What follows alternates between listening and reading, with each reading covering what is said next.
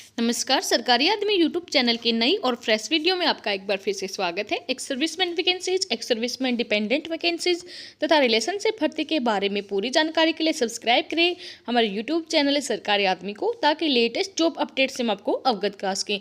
जैसा कि आप वीडियो के थंबनेल में देख चुके हैं, आज की इस वीडियो के अंदर हम प्रत्येक राज्य के लिए जो एक सर्विसमैन के लिए रिजर्वेशन होती है सरकारी नौकरी में, उसके बारे में विवरण देने वाले हैं। इसके साथ साथ अलग अलग कैटेगरीज के एक सर्विसमैन के लिए अलग अलग नौकरियों में, अलग अलग विभाग की नौकरियों में कितने % यहाँ पर छूट प्रोवाइड की जाती है, उसके बारे में टोटल विवरण हम यहाँ पर देने वाले हैं। इसके साथ साथ जो एक सर्विसमैन वेलफेयर स्कीम होती है प्रत्येक राज्य के लिए, यहाँ पर एक सर्विसमैन के लिए, उनकी जानकारी भी इस वीडियो के अंदर हम आपको देने वाले हैं। तो पूरी जानकारी के लिए वीडियो को अंत तक देखें। वीडियो आपको वैल्यूबल लगे तो अपने दोस्तों के साथ भी जरूर शेयर करें। तो चलिए ज़्यादा समय न लेते हुए आज की हमारी वीडियो शुरू करते हैं।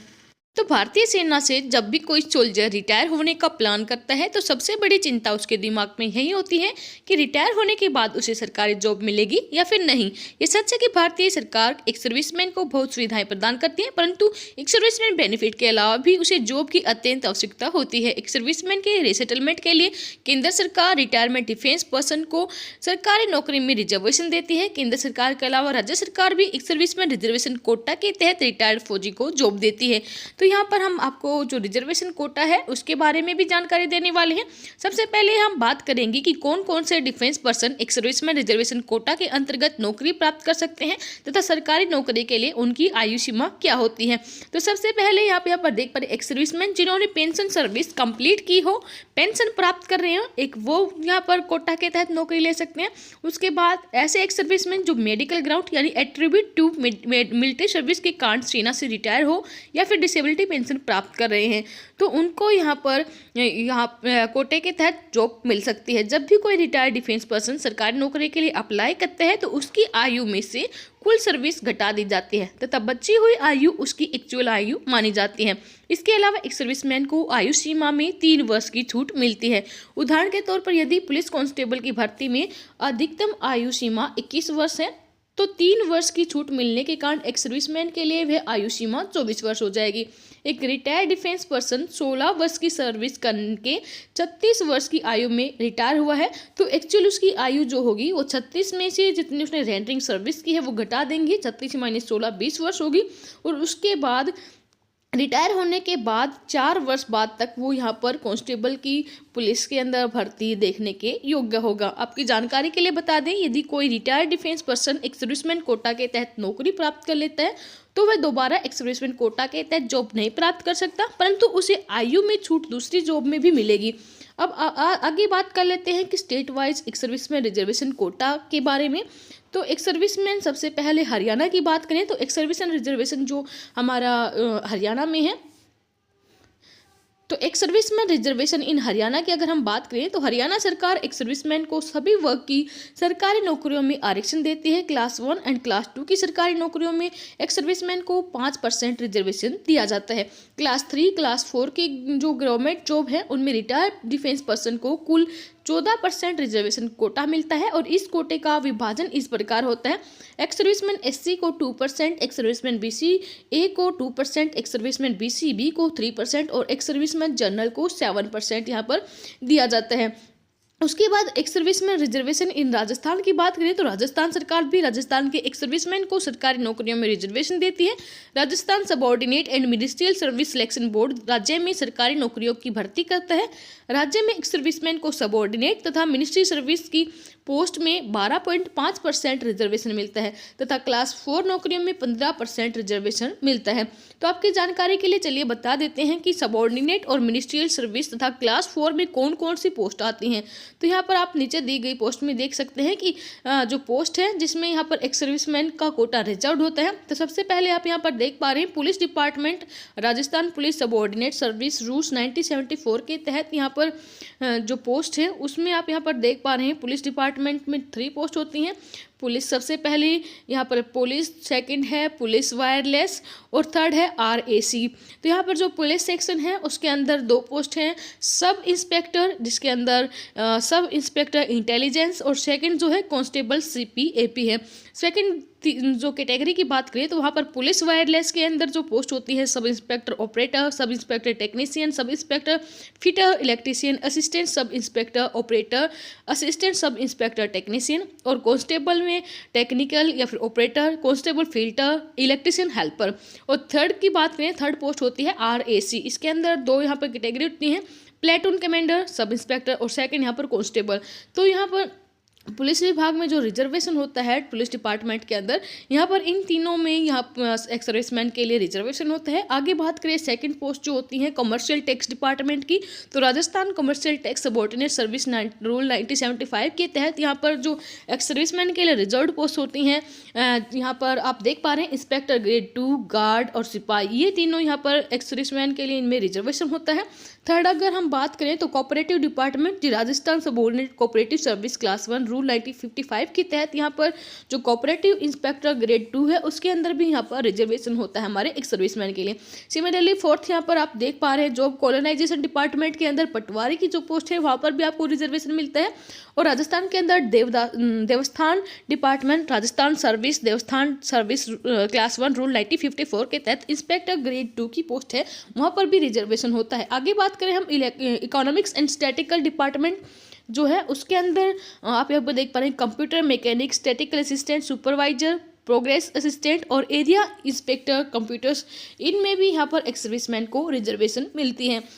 एजुकेशन डिपार्टमेंट की बात करें तो एजुकेशन डिपार्टमेंट में junior lecturer, education teacher, third grade, second grade, physical trainer, इसके साथ साथ assistant librarian in division libraries, district librarian, junior district librarian, senior technical and block librarian, librarian in high school, children school और catalogues cum classifier librarian, music teacher in teaching training college और music teacher in BSTC RTC school, music teacher in BSTC RTC college, tabla and violin player, driving instructor in teacher training college, school counsellor, technical testing assistant in bureau of education and vocational guide और supervisor in audio visual education unit and technical assistant in evolution unit, laboratory assistant, teacher in deaf dumb and blind school और इसके साथ साथ junior agriculture teacher. Next post की बात करें हम technical training department, इसके अंदर जो पोस्ट है hostel superintendent cum physical training instructor, motor driving instructor, group instructor और इसके साथ साथ assistant apprentice adviser, craft inspector, senior craft inspector, junior driving instructor.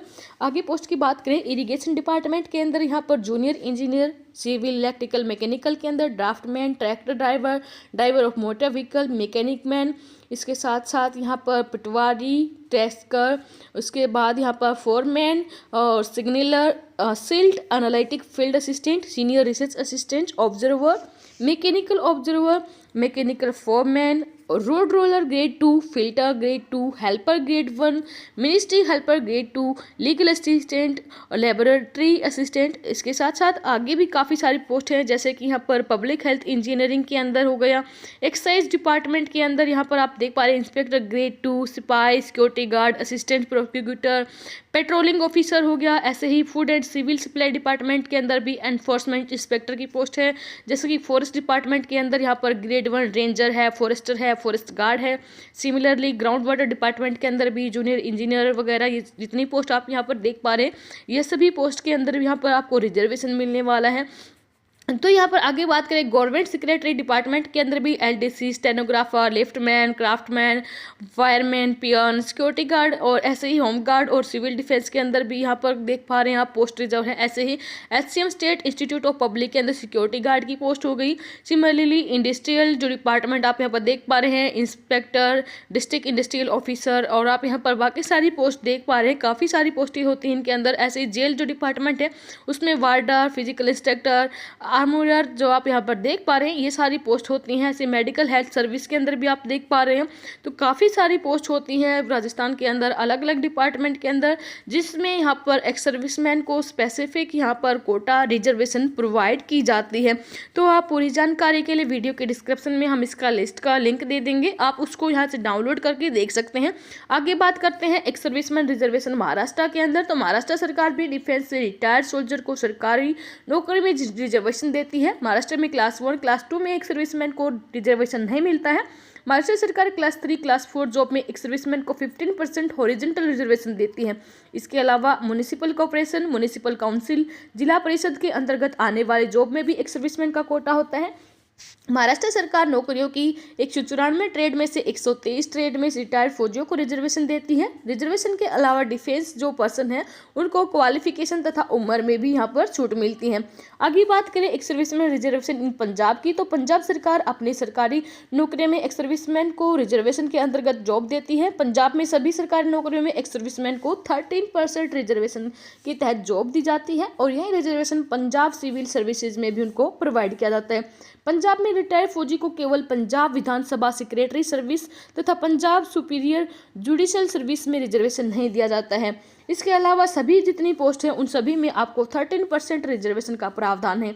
आगे बात करें ex serviceman reservation Himachal Pradesh की, तो हिमाचल प्रदेश सरकार जो है एक्स सर्विसमैन को रीएम्प्लॉयड तथा रीसेटलमेंट के लिए सबसे अधिक अपॉर्चुनिटी देती है।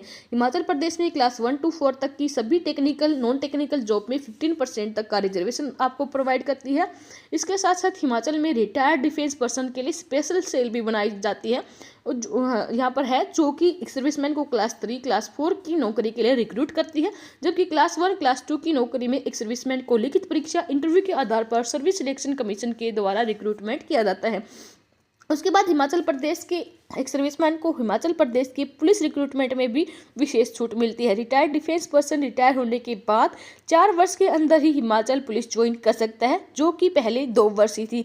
तो यहाँ पर हिमाचल प्रदेश काफ़ी अच्छी अपॉर्चुनिटी देती है एक सर्विसमैन को। आगे है आप बात करें हम उत्तर प्रदेश की, तो उत्तर प्रदेश सरकार नौकरी में एक सर्विसमैन को क्लास 3 क्लास 4 की नौकरी में रिजर्वेशन देती है। क्लास 3 की नौकरी में 10%, क्लास 4 की नौकरी में 5% रिजर्वेशन रिटायर्ड पर्सन को दिया जाता है। उत्तर प्रदेश में क्लास 1 क्लास 2 की जॉब में एक सर्विसमैन को रिजर्वेशन नहीं दिया जाता। कर्नाटका की बात करें तो यहाँ पर कर्नाटका सरकार के द्वारा एक सर्विसमैन के एम्प्लॉयमेंट वेलफेयर के लिए काफ़ी स्कीम चलाई जा रही है। रिजर्वेशन की बात करें तो कर्नाटक सरकार राज्य सरकार की सभी नौकरियों में ग्रुप 1, 2, 3 एंड 4 में 10% रिजर्वेशन देती है। इसके अलावा राज्य में विभिन्न शैक्षणिक संस्थानों में रिटायर्ड डिफेंस पर्सन के लिए डिपेंडेंट के एडमिशन के लिए भी सीटें रिजर्व्ड है। वेस्ट बंगाल सरकार की बात करें तो वेस्ट बंगाल सरकार भी सेना में रिटायर्ड डिफेंस पर्सन को ग्रुप सी ग्रुप डी की पोस्ट में रिजर्वेशन देती है। ग्रुप सी की पोस्ट में 5%, ग्रुप डी की पोस्ट में 10% रिजर्वेशन मिलता है। इसके अतिरिक्त वेस्ट बंगाल सरकार एक्समैन के लिए यहाँ पर बहुत सारी वेलफेयर स्कीम चलाती है, जिनके बारे में एक सर्विसमैन को जानकारी लेनी चाहिए।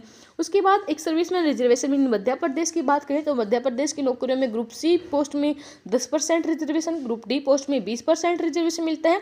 Group A group B post में एक सर्विसमैन को रिजर्वेशन यहाँ पर नहीं मिलता है, लेकिन सी और डी ग्रुप में रिजर्वेशन परसेंटेज बढ़िया होने के कारण रिटायर्ड पर्सन सरकारी नौकरी आसानी से पा सकते हैं। बिहार की बात करें तो बिहार में एक सर्विसमैन को बिहार आर्म फोर्स मतलब आर्म पुलिस में एम्प्लॉयमेंट दिया जाता है। ग्रुप सी ग्रुप डी की सरकारी नौकरियों में भी रिटायर्ड डिफेंस पर्सन को प्रायोरिटी दी जाती है, परंतु रिजर्वेशन परसेंटेज का कोई डेटा उपलब्ध नहीं कराया गया है। ओडिशा की बात करें तो ओडिशा सरकार एक्स डिफेंस सरकारी नौकरियों में 3% रिजर्वेशन देती है और यह 3% रिजर्वेशन केवल ग्रुप सी ग्रुप डी की जॉब में दिया जाता है। इसके अतिरिक्त ग्रुप सी की पोस्ट में एक सर्विसमैन को एजुकेशन क्वालिफिकेशन में भी छूट प्रोवाइड की जाती है।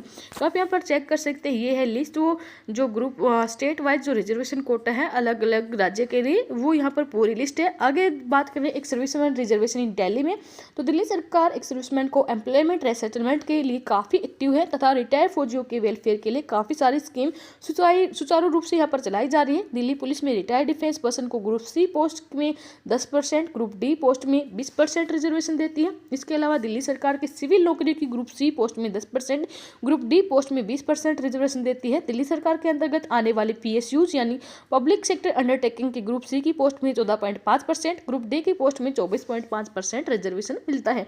चंडीगढ़ सरकार की बात करें तो चंडीगढ़ केंद्र शासित राज्य में एक सर्विसमैन को ग्रुप सी की सरकारी नौकरी में 10% और ग्रुप डी की जॉब में 20% रिजर्वेशन दिया जाता है। तमिलनाडु सरकार जो है ग्रुप डी की पोस्ट में 10% रिजर्वेशन देती है। फॉरेस्ट गार्ड में 10%, फॉरेस्ट वॉचर में 5%, NCC डिपार्टमेंट में 25% रिजर्वेशन का प्रावधान है।